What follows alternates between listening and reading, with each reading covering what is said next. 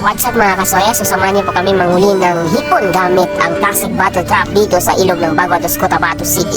Tara, samahan niyo po kami kung paano namin ilagay itong plastic bottle trap para makahuli ng hipon na may sipit o gagawan. Team Soya! So what's up mga kasoya? So assalamualaikum warahmatullahi ta'ala wabarakatuh. So samahan niyo kami sa episode na to na kung saan kami manghuli ng hipon ulit dahil matagal na kami hindi nakapag-content ng hipon. So kasama ko ngayon si Acero. Hello guys.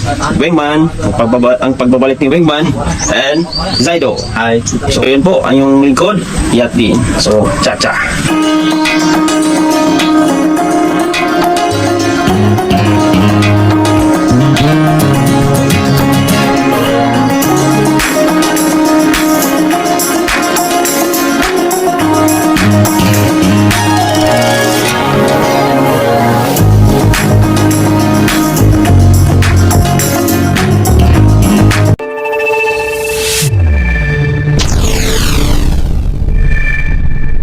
Ito yung ginawa namin na trap.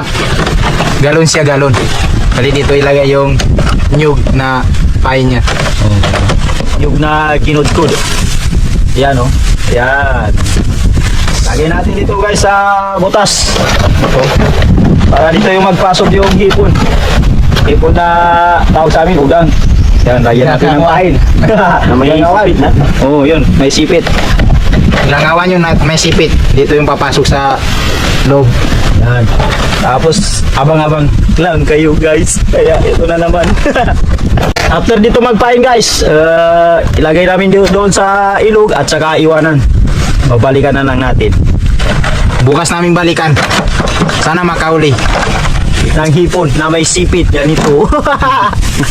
Okay. Okay. Okay.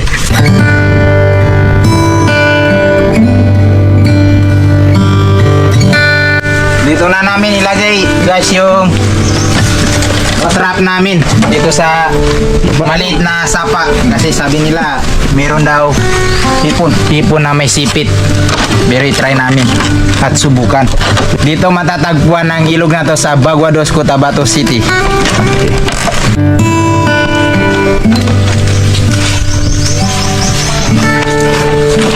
Dito ko ilalagay yung isa na bubo trap.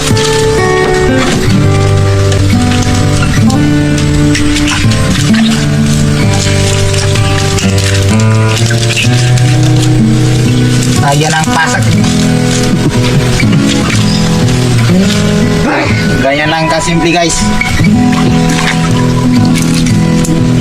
At bukas pa ito balikan. Dito natin ilagay yung isa.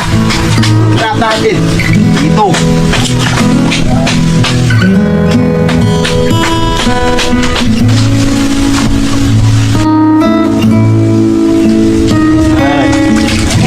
Ito na guys, okay na ito. Pitas lang. Pitas lang natin balikan. Pitas, ipapain natin yung plastic bottle trap para sa para sa ipon. Ito, dito natin ipapain para malalim. Ito, madilim.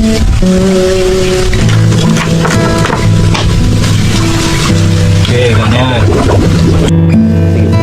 Lagyan natin ng kumbaga tanda para hindi mawala.